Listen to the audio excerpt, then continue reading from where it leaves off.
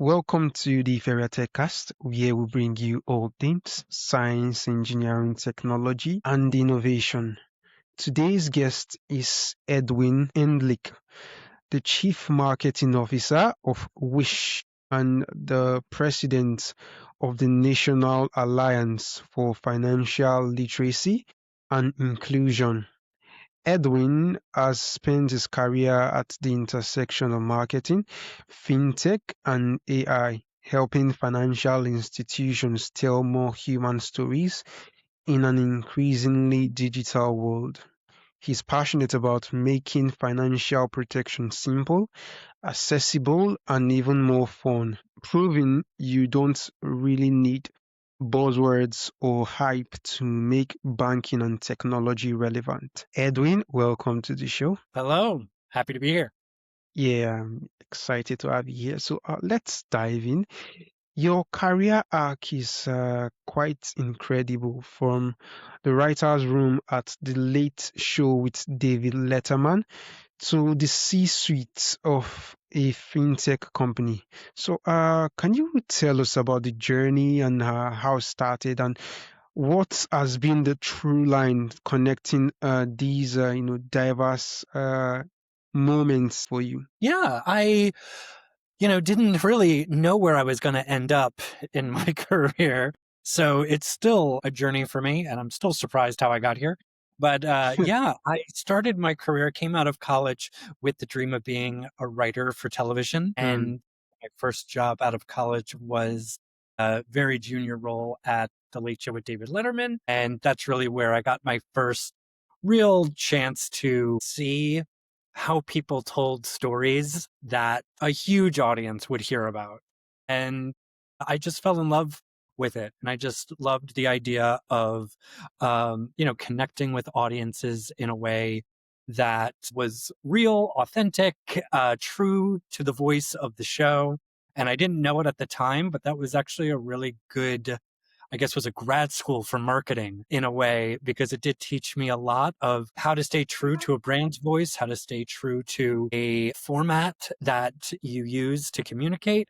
And so once I decided to leave Dave Letterman, I was approached by a lot of marketing agencies who at that point were looking at this new platform called YouTube that had just launched, and they were looking to build short stories and short films that would live on YouTube because they weren't quite sure how, if that platform was even going to make it or be around. And they were hiring TV writers. And so I just ended up being part of this first wave of YouTube writers. And from that point, I just fell in love with brand storytelling and have been part of that ever since. So here we are, 20 years later, sitting here, still doing it. Fantastic, fantastic. That's quite an incredible journey. So tell us about Wish, what you are building there, and who is it really for? Yeah. So Wish is a company that I'm really proud that I was, part of the very founding of this company. Our founder, Alex Majenik, and I had worked together for a long time. And he was really passionate about that there was a new opportunity out there that no one was talking about. And that was, right around the pandemic, people were talking about their lives in a very different way. People were seeing loved ones pass away. People were talking about their mortality very differently than they were prior to the pandemic. And we noticed that there wasn't really a real authentic conversation about what you want to happen if something happens to you. Was something that when Alex brought me that question of what do you wish would happen if something happened to you, which a lot of us were asking during the pandemic, it sparked this idea of a company called Wysh, Hmm. where we could help set up for our customers all the wishes that they have that they would want to take place if they were to pass away. And so we started this company And it is a life insurance company at its core. That's what it is. But it's talking about life insurance in a way that's very different, very unique, and talking about it in a way that's a little bit more human and emotional. And when we really put it out there to ask people, what do you wish would happen if something happens to you? We heard some really funny things and really sad things and really like the whole gamut. So whether people wanted their pets to be able to go to a farm, they wanted their ashes tossed into a volcano, people Hmm. wanted a celebrity to give their eulogy at their funeral, and we have a whole team of people whose job it is to help make that a reality. And we were really fortunate that this was something that people really liked and really caught on. And we've now decided that we're doing our best to create a new product now that allows everyone to get a life insurance policy for free. So allowing people to make these wishes for themselves and what they want to have happen and do it in a way that they don't even have to pay for. That's really interesting. So, Edwin, at Wish, you are embedding life insurance directly into everyday banking. For the engineers and our listeners, what was the core technical or UX challenge in making an often avoided products like life insurance feel simple and accessible? Yeah, I think, the two sort of most challenging things for us as we started to build out our embedded product was making sure that it followed all the regulations that are Mm, required for an insurance company, which was crazy. We did not really see how every state had unique requests of how life insurance is sold and wanting it to be reviewed. There were so many things that we discovered on this journey that were needed to launch an insurance company. That in itself was a huge undertaking for us. A lot of, insurtechs like us, like Wish, aren't truly an insurance carrier. They are really just partnering with a traditional insurance company to sell a policy. We actually went through all of the rigor to become a life insurance company ourselves at Wish. And so with that was such a complex compliance and regulatory process that took years. And a lot of startups don't have that sort of time and that bandwidth to put towards building a company. So that I think was one of our biggest challenges was to navigate the regulatory requirements needed and the time and the effort that was needed to do something like that. And from a technical side, we really worked very hard to not make life insurance as a benefit in a financial product complicated. So whether it's if you have a savings account with a participating bank with Wish, you get a free life insurance policy just for being a member of that bank because that bank is partnered with us. But we didn't want you to have to create a whole new account name, username, login, password, all of these things that just become kind of what we call friction in the UX world of making it not seamless. So what we were really proud of and what our team on our technical side should be very, very proud of is that we were able to embed this product seamlessly into these banking products without anyone needing to sign up, to log in, even really have to do anything other than just be a customer at that bank. okay, that's fantastic. So you are a marketer who works deeply with AI. In a world of hyper-personalized algorithms, where does the human spark of creativity still become the most critical ingredient? Yeah, I think AI is unbelievable and has allowed me as a CMO to have a lot of control and a lot of access to strategic thinking and creative thinking that used to require 4 or 5 different agency partners to get. AI today can provide a lot of that support. So I believe a well armed CMO can do a lot with a business in today's world.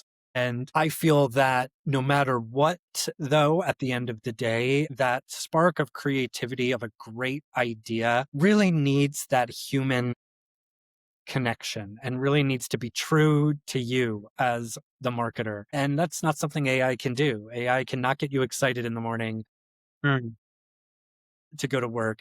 yeah. It can't get you excited to stand up to your board of directors and sell them on a campaign idea. All that stuff is still needed in today's world. You still need to be passionate.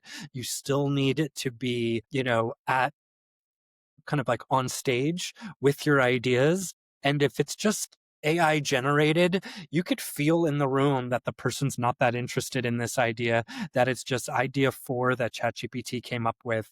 And there's really no heart to it. There's no nuance to it. There's no way to really ask any deeper questions of the person because they really are just reading what ChatGPT knocked out.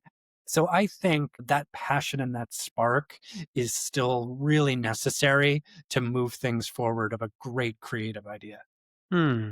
Fantastic. So, Edwin, I'm fascinated by the intersection of AI and ethics, especially in finance. So, as the president of the National Alliance for Financial Literacy and Inclusion, what guardrails do you believe are non-negotiable to ensure AI expands rather than creating new biases? Yeah. A few years ago, I was fortunate to start a not-for-profit, NAFLI, as you said, the National Alliance for Financial Literacy and Inclusion. And really what we do at NAFLI is just advocate for financial institutions to do outreach and communication to communities that have been historically left behind by the financial world. And I believe AI can really do a great job to help open up those conversations and that education. I think that Mhm. people can now be able to ask an AI to help them fill out a loan application. And all of a sudden, no matter if you had, a struggle with a language barrier, now all of a sudden isn't as big a barrier when you have AI to help you navigate through the loan application. Things like that, I think, are going to make financial access even better because it will bring down some of the barriers of entry. But I also constantly tell my team and my financial institution partners that AI is already biased. It's not something that could happen in the future. It is already here because it's learning from human behavior. So it's already a biased platform, and we need to ensure that we are the guardrails. The humans behind the AI have to be the ones who are active and proactive in making sure that your AI, as they're looking for messaging, customer demographics, things like that, that you are reinforcing in your prompts and in your follow-ups to whatever AI generates to ensure that that data that it's provided is not biased by the location of the customer that they're in. It's not taking into account the average credit score of that zip code. It's not taking into account the ethnic breakdown of that community that we're selling to. Those are things that still exist even within the AI algorithms. So I believe it's really still on the human behind the machine to always assume that the data coming back from an AI has that bias inside it and that it needs to be checked. It needs to be put through, analysis. I think people believe anything that a machine does is without bias, and that's not true. Okay, so you've said the goal is to make financial protection a little more fun. How do you balance being engaging and human without trivializing serious topics like life insurance and financial security? Yeah, that's a great question. We always at Wish, especially early on in the development of the company, wanted to make sure that we hit the right tone, as we say in branding, that we weren't being too humorous with the topic of life and death, especially, like I said, around the pandemic time, where there was not a lot of humor around the loss that people were suffering, but Yeah. also in a way, um, how do we present ourselves and our company in a way that is joyful, that doesn't feel scary, that doesn't feel sad, because I believe that's a lot of what has kept people out of getting life insurance, is that it's a very stodgy, old, sad conversation that it makes it hard to want to have those discussions. So we would constantly ask, why would someone talk about life insurance over brunch? Because that would be our goal, is that we've made the conversation accessible to people to start having. So when we started, we really did try to balance, having those moments of humor of what people were wishing for if something happens to them, but at the same time, we did a very short form documentary that was around 5 minutes, where we went out to help a family that had suffered a loss. And me and two other representatives at Wysh flew to Philadelphia to go work with a family that their mother had passed away. And she was really the matriarch of not only the family, but the community in general. And her loss was felt really strongly. And Wysh felt that we could help, and we could help kind of make her wishes come true.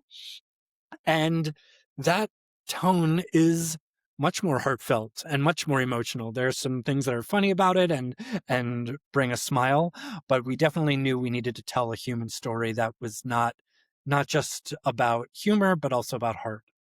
Great. So, from your unique vantage point, what is the single biggest misconception that technical teams have about marketing and that marketers have about the technology they are selling? I think one of the biggest, misconceptions that those working in technology have about marketing is the speed in which marketing can be done well takes time. And it may not be as, it seems very simple and very easy. And definitely with AI today, it feels like you should be able to develop a marketing plan within the hour. And I think a lot of technical people feel like, because marketing seems like, uh, you know, the team that's in the conference room with their feet up eating pizza all day, that they should be able to work really quickly and they should be able to knock things out. And I think there should be a mutual respect for the craft of marketing by technical teams, that there will be time needed, research needed, just as much UX and UI testing goes into technology. I think focus groups go into great marketing, and all that can't be done in a day. So I think patience is one of the things we look for our technology teams to bring to the table when working with marketing. And then I think from the opposite perspective of what marketers sometimes will have a misconception about technology, I think is that technology team is not your core audience as well. That somehow people who work in technology are not real consumers, are not real product advocates, that they're just these nerds who sit in the dark all day. And I think a lot of their feedback about marketing should be taken seriously. And I think sometimes it can get dismissed by marketers because they think that those who work in technology are like their own little species of human. That when I actually believe that so many people have a very similar mindset of those who work in technology, people who are very analytical, people who are very, even those people who are very tech savvy, that exists in a really large population of our country. And there is value to hearing their feedback and to not dismiss it out of hand because you think that they are a very small niche little group. They're actually not. Hmm. Great.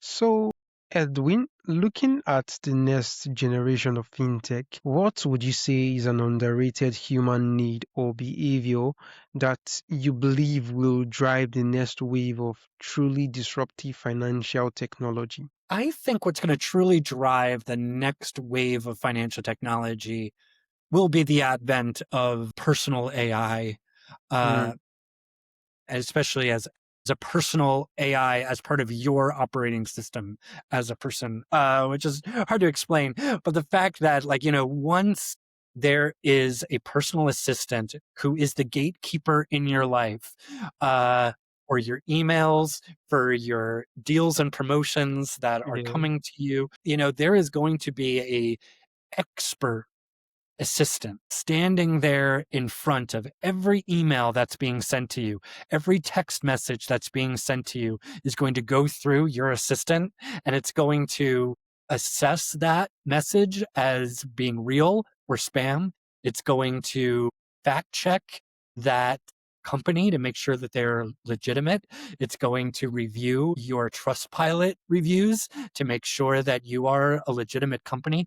Way before I even hear about an opportunity to open a bank account at Chase, my AI assistant will have asked Chase 100 questions before I even know what's going on. Whether it's about, hey, what's your interest rate on your high yield savings account, and can it beat 4.2? Because my AI assistant knows I have a 4.2 rate and is only interested in offers that go above that. So things like that, it's going to become highly personalized and highly gate kept by our AI. That I think that next wave of financial technology will be how we interact with people's assistants and how we break through that assistant with really strong messaging and strong products. great.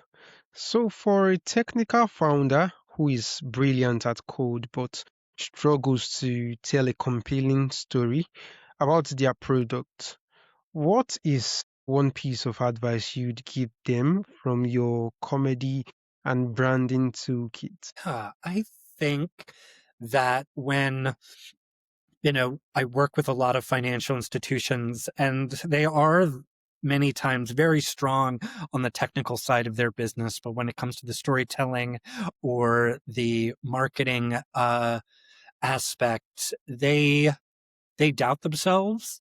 And I always try to help them overcome the doubt that they're a good storyteller.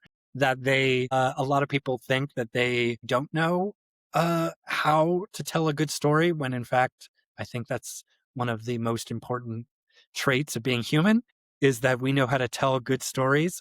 So I think one of my biggest pieces of advice was to tell people that creativity is something inside all of us, and that it's not something that can be, uh, you know, that is only in a couple people, and that to trust your creativity, allow yourself the time to get better at being creative, take time to look for places in your life to be creative, whether it's to writing a short story on your notes app in your phone, to being able to take an improv class in your life that helps you sort of expand your creativity.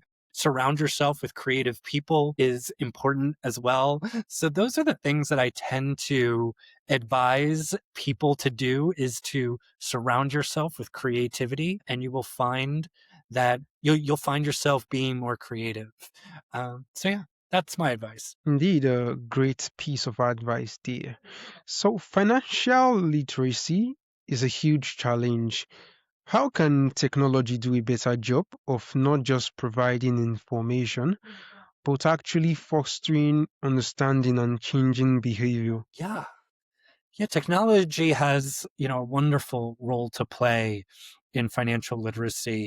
For example, we see a great opportunity for AI to help people translate terms and conditions into any language, or being able to summarize terms and conditions of any product or service that you sign up for and make it really conversational, to kind of tell you, is this a safe product to sign up for? And I believe that things like that are going to be really exciting for the financial literacy movement moving forward, is that education is going to become at the tips of your fingers. You're going to be able to ask for clarity on certain things. Describe that to me like you are, speaking to a 10-year-old. You could ask your bank to do that through their AI, so that there really is no longer going to be a time where you are pretending to understand something and nodding and smiling because you think you're supposed to know what's going on, you're going to be able to be more honest and say, I don't understand that. You're going to be able to be honest and say that again simpler for me. And so whether it's about investing and someone is trying to get you to, let's say, get into options trading and try to convince you that that's a really good way for you to look at your investments, a lot of people can get taken advantage of in that because they're not very educated on what that experience is of trading options. And so I believe that financial literacy, utilizing tools like AI, being able to ask questions to say, show me a hypothetical scenario. Imagine I had done this yesterday. What would it have done? How much would I really be on the hook for to pay if the trade doesn't go well? Things like that, I'm really excited about. Great. So, in your work, which sits at the crossroad of AI, finance, and human storytelling, what does the word innovation truly mean to you? Innovation always has a little bit of baggage nowadays because it's such an easy word to toss around and you see it everywhere. A candy Yeah, calls their new thing innovative, and a car company uses innovation. In yeah, every car commercial you see, you'll hear the word innovation. And so it's kind of lost a lot of its meaning as truly a new way to think and experience something is what innovation should be. Innovation should be brand new experiences. And I think right now innovation is used to talk about these little incremental, improvements on anything is called innovation. And everyone pats themselves on the back for being innovative. They have, chief innovation officers at many, many, many companies now. And so I think that I'm hopeful that we can get to a place where innovation returns to meaning very new and very different and groundbreaking versus incremental when we talk about changing how we behave and how we interact, and especially with brands and with products. that's a fantastic way to see innovation. So, finally, for our listeners who are curious to see the human centric approach to fintech in action, where can they go to learn more about Wish and the work you are doing? Yeah, we are available. We'd love for you, to stop by our website, which is wysh.com. So WYSH.com. And there we kind of have all sorts of information about how you could protect your financial future, whether that's through a life insurance policy, or if you are part of a financial institution and want to offer your customers free life insurance, we have a product for that. And you could learn more about that all at wysh.com. Fantastic. Edwin, it's been a really great conversation with you, and I'm excited to have you on the show today. Thank you so much, Ezekiel. This was super fun.